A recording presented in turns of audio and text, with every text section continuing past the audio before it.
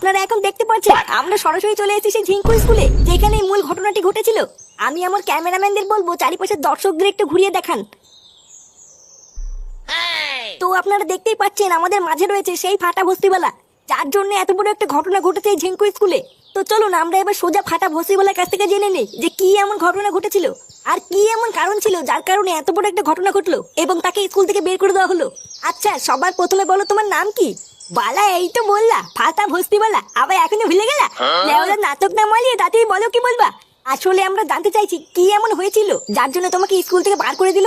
বুঝা, আমিও তো ওটাই এখনো বুঝতে পারছি না যে কি এমন করলাম যার জন্য আমাকে স্কুল থেকে বার করে দিল। স্কুলের সমস্ত স্যারেরা তো বলছে তুমি সরকারি পরিদর্শকের সাথে বাজে ব্যবহার করেছো, তাদেরকে বাজে ভাষা দিয়েছো। বালা, আমি বাজে ভাষা দিয়েছি? বান্টন, লেওরা স্যারটা প্রশ্ন করেছিল, আমি সব আগে আগে ঠিক ঠিক উত্তর দিয়েছি, এখানে বাজে ভাষা কখন দিলাম? তোর না গুলো আমি তা করিনি, আমাকে তাই নিয়ে দোষ দিল। বালা, বালের স্কুলে ভর্তি হয়েছি আমি। আচ্ছা, এই স্কুলে সমস্ত স্যারেরা তো বলছে যে তোমাকে এই স্কুল থেকে টিসি দিয়ে বার করে দেওয়া হয়েছে, তোমাকে আর স্কুলে ঢুকতে দেওয়া হবে না। তা এই বিষয়ে কি তুমি কিছু বলতে চাও? ও বলে স্কুলে ঢুকতে দেবে না, তাতে আমার বাল ছেড়ে গেছে। এমনি তো ওই বালির স্কুলে আসতাম না, বাবা দোল করে দিল বলে এসেছিলাম। আজকে যা দেখলাম, বালা এবার আমাকে বললাম ভর্তি নিলেও আমি এই বালির স্কুলে আসবো না।